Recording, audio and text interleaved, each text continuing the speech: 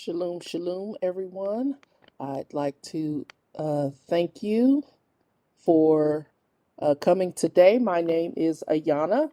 I'm your facilitator today, and we will be talking about Yahuwah's calendar and the Gregorian, knowing the importance of the right calendar. But first, I'd like to say good morning, good afternoon, and good evening to you all.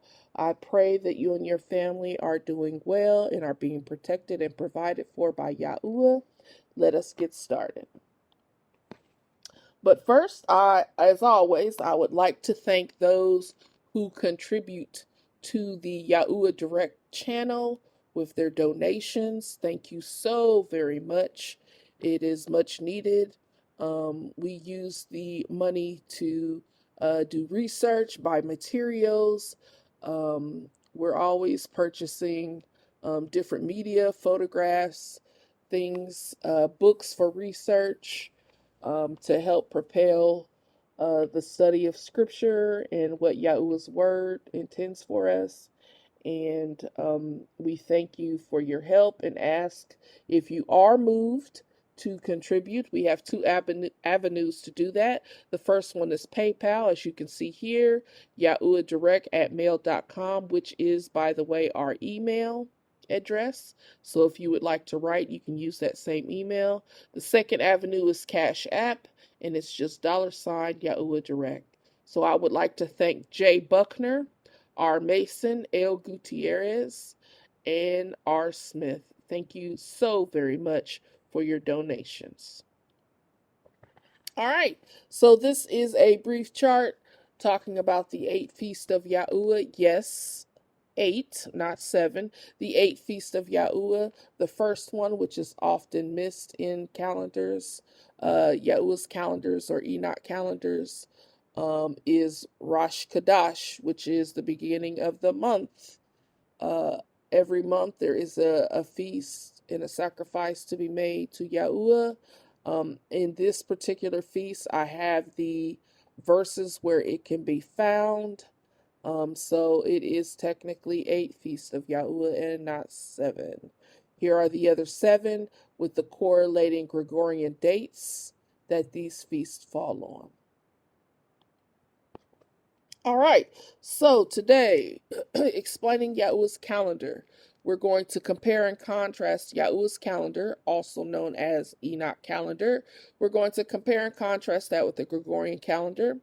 We're going to talk about the mindset when making these calendars or when looking and referring to Yahuwah's calendar, what the mindset is.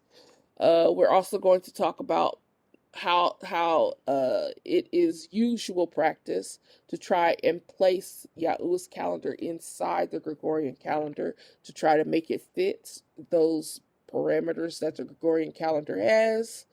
And we're going to talk about leap years and years of length. Secondly and lastly, we'll talk about why when making a calendar for Yahuwah, why you should count from the first day of creation and not the 4th day. So let us get started. All right, so on the left-hand side, you see the Gregorian calendar and its parameters, and on the right-hand side, you see Yahuwah's calendar and its parameters. Note that the Gregorian calendar is 365.24 days long. That calculation comes from the scientists saying that's how long it takes for the Earth to travel around the sun from a starting point until it gets back to that starting point.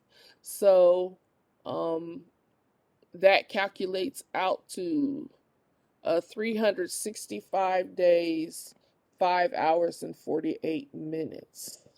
It takes the earth to so-called revolve around the sun. And no, I do not believe that. It takes the earth to go around the sun 365 days, 5 hours, and 48 minutes for it to get back to the same point. So if you started with the spring equinox, as they call it, and I don't believe in that either,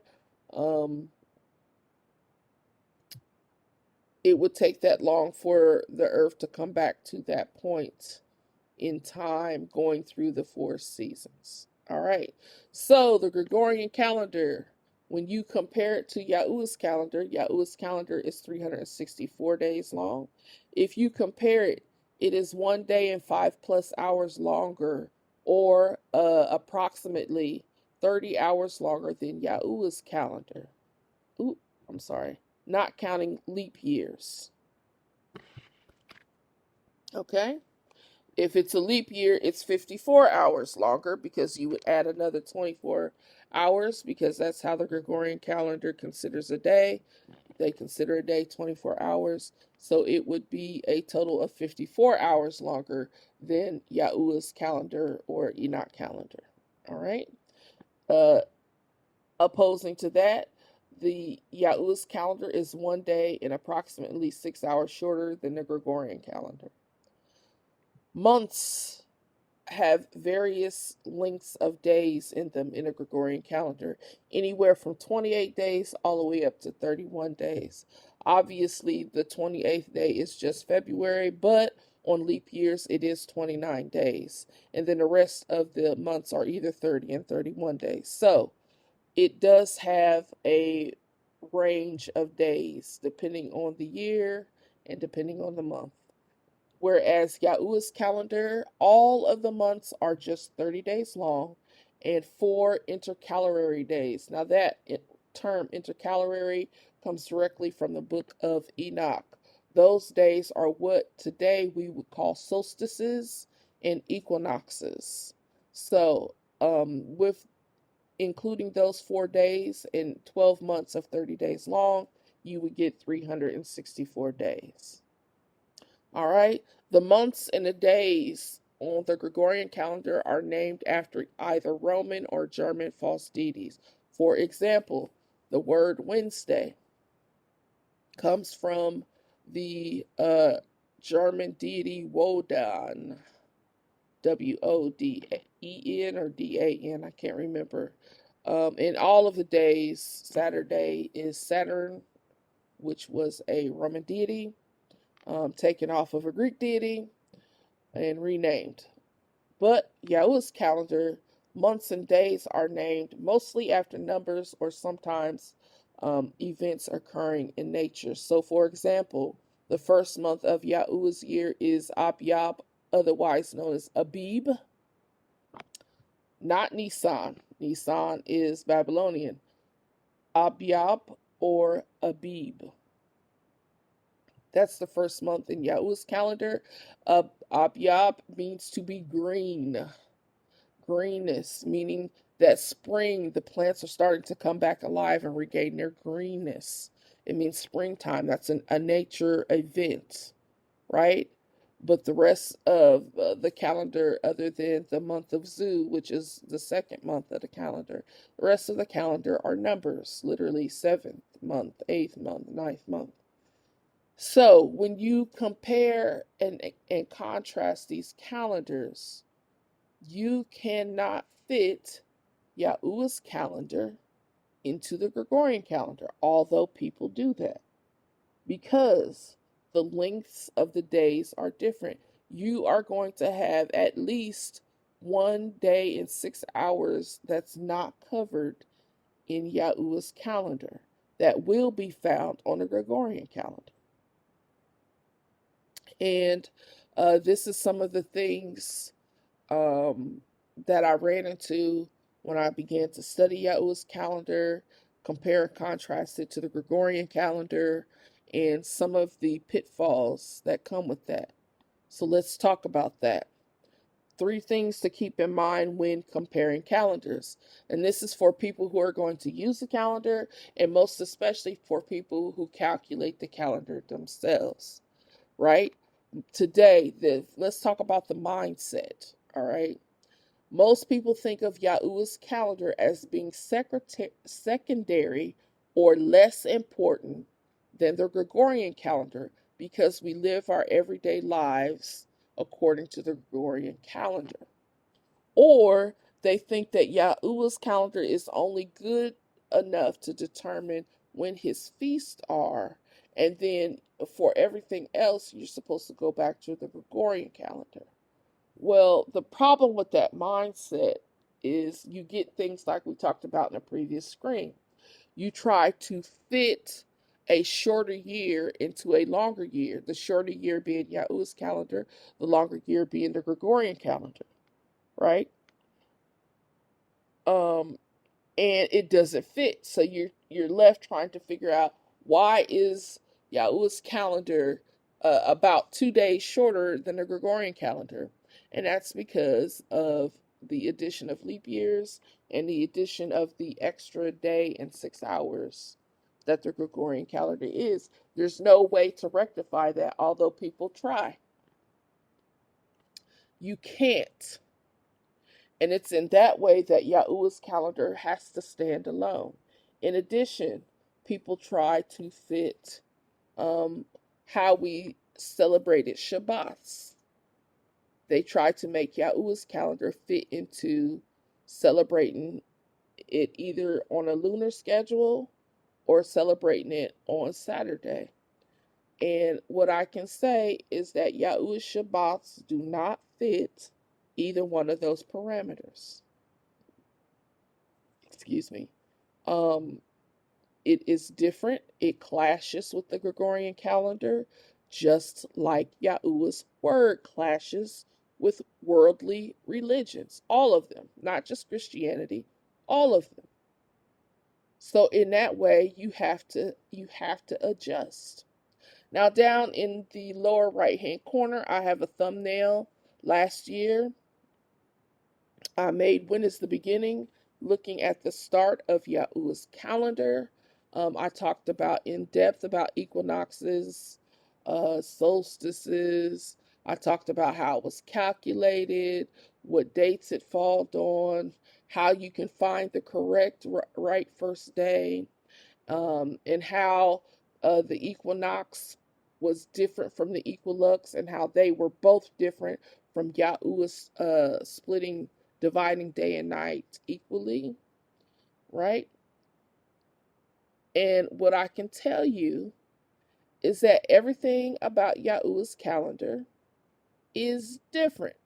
The names of the days of the week are different than a Gregorian calendar. The names of the months are different. The length of the year is different. The Shabbats are different. It does not fall into any of that. And you have to be prepared for that. And that is a fallacy that calendar makers make, and even I made. And that's why it took me a whole year. This is not the first. I do have a full calendar that's available to you guys in that abbreviated feast schedule. I have that both available for people who are interested, but it took me a year to study this at length and to understand that you cannot fit it. They are not, you can't commingle them, you can't fit it, you can't make it. All right? So here is an example of the first month, Kadash Abyab, Kadash meaning month, Kadash meaning month. This is the first year of the first month of Yahuwah's calendar. I have corresponding scripture verses that you can look up to verify. In each feast, again, beginning of the month feast, which is Rosh Kadash in YHUH. I didn't write that because most people are not familiar with that term. This is to be celebrated every month for the first 2 days. Here are the feasts. As far as the Shabbat days, all of them are in purple, whether it's the regular weekly Shabbat on the 7th day, or it's a Shabbat, a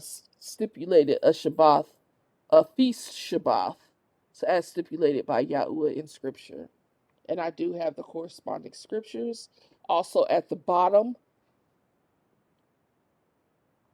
at the bottom of each calendar that has a feast or a special note, you'll find it down here where it says Pesach is equal to Passover. For those who are not familiar with YHUH terms, mazuth is equivalent to unleavened bread. Now I did, because people do not understand Yahuwah's calendar, I did have to relent and put Gregorian days. So in the bottom right hand corner, you'll see the dates of the Gregorian calendar. All right. I did have to do that because most people do not know when the first of Abyab is. So these calendars are separate. The first day of Abyab, which is when Yahuwah divided day and night evenly according to Scripture in Genesis 1, verses 3 through 5, that correlates to March 16th on the Gregorian calendar. Okay? And I have the explanations here to the right in this box. Right? The Gregorian calendar dates that correspond to the Yahuwah calendar dates are in the lower right hand corner. All right? So take a look at this. Again, I will provide a link for those who are interested in buying the either abbreviated feast list or the full calendar. I'll provide that in the description below.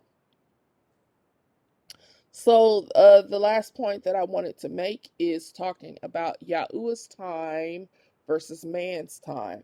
And this is for everyone who's interested, but it's also for other people who create calendars, and why you should count the calendar from the first day of creation and not the fourth. So some say that the calendar should begin on the fourth day of creation, which is Genesis chapter 1, verses 14 through 19, because the sun and the moon and the stars were created then for timekeeping purposes. But there are two separate timelines: Yahuwah's timeline and the timeline he created for men. In addition to that, if we try to go by men's accounting of time, it's totally corrupted. If you are trying to wage through the time that men has counted, you will be off and you will be wrong. And it varies depending on where you are in the earth, and I'll show that in a minute. But first, I would like to show an example of a verse within Scripture where it says that a man backed by Satan is going to change times, and that's in Daniel 7:25. And he shall speak great words against the Most High, and shall wear out the saints of the Most High, and think to change the times and laws. And that shall be given into his hand until a time and times and the dividing of time. Now, I know a lot of people believe that they're talking about various different people in history, right? Some people say that it was Aristobulus in the time of the Maccabeans, right? Some people say it is the Catholic Pope, Pope Gregory, whose name is on the Gregorian calendar. But to be honest, men have changed times and laws wherever you go. Wherever you go. And we'll look at that now. Samples of man's counting of time. This chart, which is to the right here, is of various calendars for 2022. This was from Wikipedia's article Time Era. And as you can see, man cannot agree on the same time. The counting of time is literally different depending on where you go on Earth and what different people group or ethnicity or religion you go to. So to be honest, this is only half of that chart because I couldn't fit the entire thing on this page. But this is enough. Some of these times I've never heard of.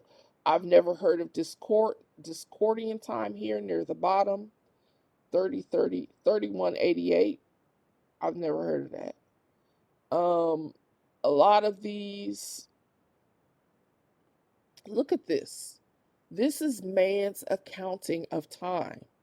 You've got anywhere from 1471 in the Armenian calendar all the way up to 4718 in the Chinese calendar. What? 55782, 5783 in the Hebrew calendar. And that is the Jewish calendar, not YHUH's calendar. That's the Jewish calendar. I know it says Hebrew here, but rightfully it should be the Jewish calendar. The Ethiopian calendar, it's 2014, 2015. So look at this Assyrian calendar, 6772. So again, this is how man handles counting of time. If you go by scripture, if you start at day 4 with the sun, moon, and stars, that's not even the beginning of time. The beginning of time, YHUH's beginning of time, is when he divided daylight and night. Day and night constitutes time. The fact that he was able to divide it into even equal parts lets you know that that's time. Okay? Counting on day 4, you're going to be off. Using any of these, you're going to be off. All right? In addition to yearly time being different, man has made daily, hourly time vary. The 24 time zones that we know today was invented by a Canadian man named Sanford Fleming in 1878. He calculated that the Earth rotates every 15 degrees every hour in a 24-hour period. So, every 24 hours, the Earth completely rotates 360 degrees back to its original point. Every hour is about 15 degrees on the map. So, he took 24 15-degree segments, and he said this is going to be the time zones all over the Earth. Okay, so I live in the United States. I live in Eastern Standard Time in the United States. If I were to travel to California, I would literally be going backwards in time 3 hours. You understand how crazy that sounds? I know that's normal, but you understand how crazy that sounds? If I go forward to England,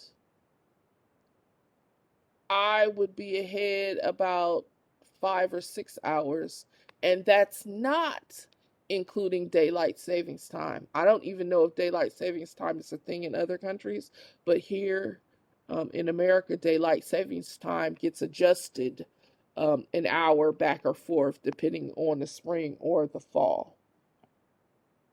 So again, that sounds crazy when you really think about that. And this is a sample of man's counting of time. So now, let's look at YHUH's counting of time and how he has set the parameters for man's time and how his time is outside of that. Here you see several verses. The time of life, the sun and the moon standing still, time goes backwards 10 degrees, the time of Yahusha's return, the demons ask about torment before the time, and YHUH declaring the end of time. We'll only look at 3 of these in detail, but if you want to go through all of them, I have provided the verses that you can look at it. So let's go with the first one, time of life. All right, so the time of life is mentioned twice in Scripture. The first one is Genesis 18, verse 10 and 14. And he, YHUH, said, I will certainly return to you according to the time of life, and Sarah, your wife, shall have a son. And Sarah heard it in the tent door, which was behind him. Is anything too hard for YHUH? At the time appointed, I will return to you according to the time of life, and Sarah shall have a son. So clearly he's speaking to Abraham. Abraham's old, Sarah's old. Abraham did not have a, he didn't have any progeny to pass off to give an inheritance to. He was going to give it to his head man, who was his head servant. And Yahuwah said, "No, I'll give you a son." And it's according to the time of life. Now, the time of life is clearly meant for men.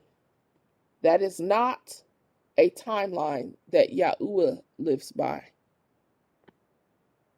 We'll look at the second example, 2 Kings 4, verses 16 and 17.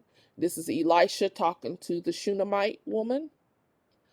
And he said about this season, according to the time of life, you shall embrace a son.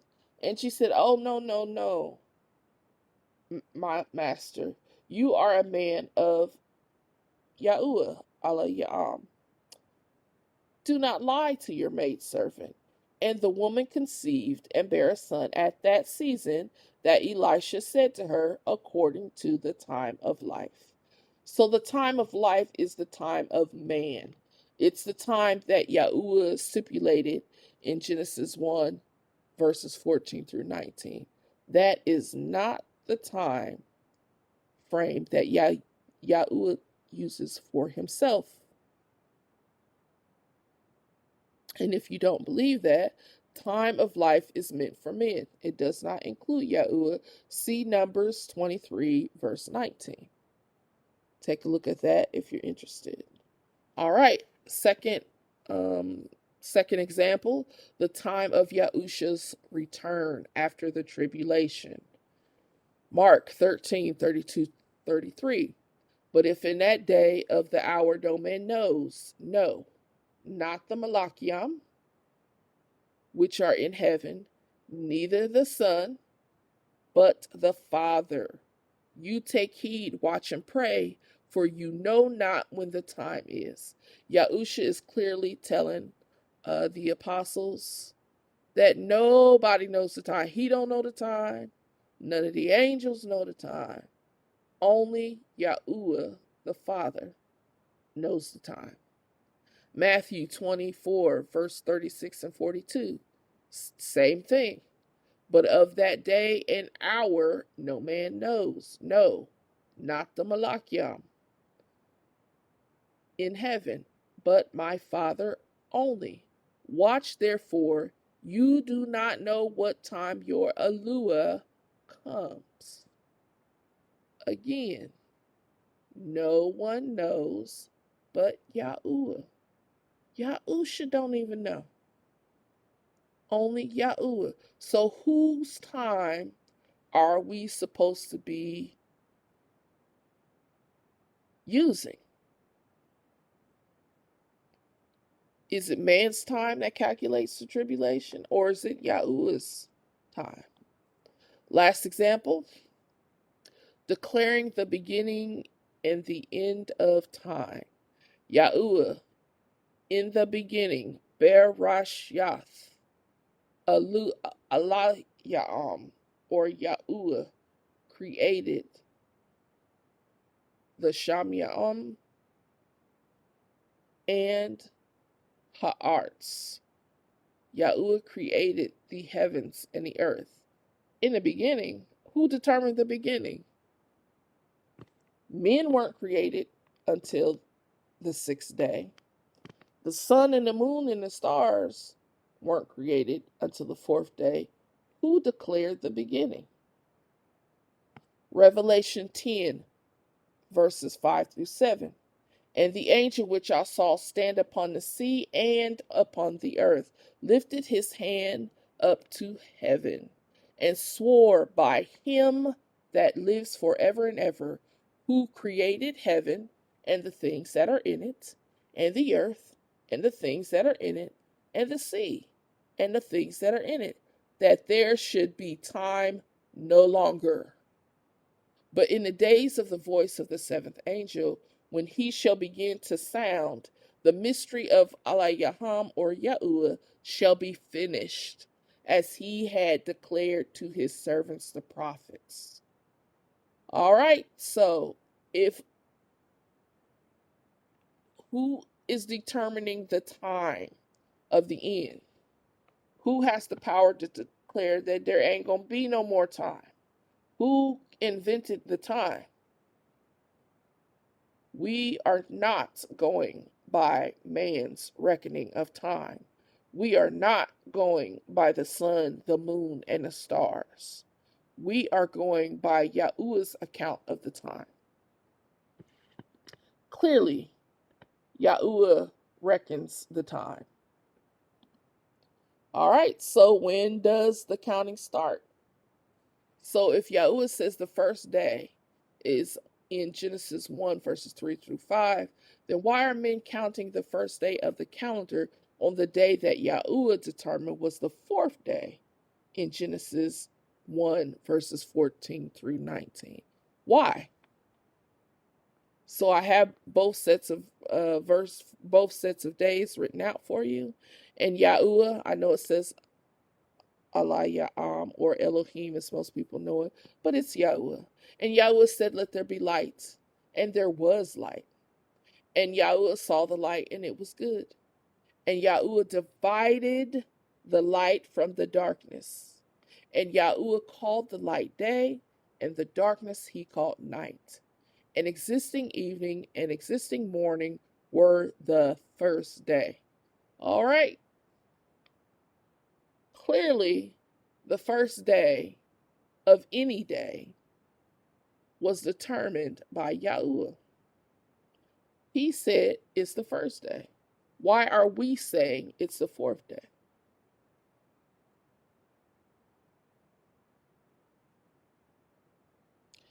Genesis 1, verses 14 through 19. And Yahuwah said, "Let there be lights in the firmament of heaven to divide day from night," which is exactly what he did on the first day. "Let them be for signs and for seasons and for days and for years. And let them be for lights in the firmament of heaven to give light upon the earth." And it was so. And Yahuwah made two great lights, the greater light to rule the day, and the lesser night to rule the night, and the stars also. And Yahuwah set them in the firmament of heaven to give light upon the earth, and to rule over the day and over the night, and to divide the light from the darkness. And Yahuwah saw it was good, and existing evening and existing morning was the fourth day.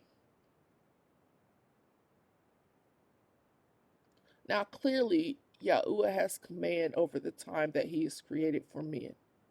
Yahuwah tells you that the purpose of the sun and the moon is to rule over the day and the night, and to keep them separate, and to rule over the day and over the night, and to divide the light from the darkness. This reinforces what he did on the first day. This is not something separate. This is to reinforce. The sun determines day. It rules over the day. Literally, that's what it says. The moon and the stars rule over the night. And it's to keep them separate, to divide them. That's what divide means, to separate. Yes, it can be used for time. And he says that. But it's not Yahuwah's time. Yahuwah doesn't follow this clock, or he would not have called the first day the first day. So, when looking at the calendar, we should be counting just like Yahuwah counts. We are following in Yahuwah's path. We are following Yahuwah's way. We are following Yahuwah's derek. So, if he says the first day is the day that he divided day from night, then that's the first day of our year. Creation is the first week, right? The first week. So if the first day divided evenly, daylight hours from nighttime hours, happened on the Gregorian day of March 16th, and we follow until the seventh day, it's literally a count from that point forward. You can literally place, Yahuwah tells you exactly where to place the feast of his calendar. He tells you on the 14th day of the first month, you will celebrate the Pesach, the Passover. And from the 14th day until the 21st day, you will eat unleavened bread, mazuth. And the rest of the feast are literally, he tells you what month and day. He tells you to count the days until the next feast. He tells you what to do. And that is exactly what was done here. Some adjustments will have to be made by us, just like we adjusted to Yahuwah's truth from Christianity or whatever religion we may have come from. We had to make changes because what we were following was in complete opposition to what Yahuwah actually says in his scripture. Same thing with his calendar. If we are used to celebrating the Shabbat, and I celebrated the Shabbat until last year when I began to study Yahuwah's calendar. So for a year now, I've been doing the Shabbat on a completely different day that is not convenient to the everyday lives and to according to the Gregorian calendar and according to what we have to do. It's not convenient, but because I've devoted myself to following Yahuwah's word, I have to make that adjustment. And Yahuwah is forgiving. He understands, he knows that the times have been confused. He understands that men lost the time. He said it would happen. It says it would happen in Jubilees, that we would celebrate an unclean day as a clean day, and a clean day would be and the opposite would happen. So we can ask for forgiveness. We can ask for help. And so please understand that. In addition, like I said earlier, I have made a full calendar that looks just like this for the entire year. And I've also, oops, I went backwards. And I've also made an abbreviated list. The calendar is a PDF that can be downloaded. If you're interested in it, it can be downloaded. You can print it out. You can write on it the events, that happens in your life on a calendar. The abbreviated, just a list of the feasts and when they fall on a Gregorian calendar. This is a JPEG, something that you can put on the desktop of your computer, and both are available. I'd like to thank you for spending time with me today. Thank you for listening. Thank you for your support. I will leave a link down in the description. This here is a list of sources and resources that I use to compile this video. There are way more. And let me know if you would be interested in doing a webinar and we can talk about in detail, because I didn't go in detail what I found in my research of a year. Let me know if you're interested in that in the comments or through email. And thank you, and shalom to you and your family. I pray that Yahuwah protect and provide for all of your needs, and that you are well. Shalom.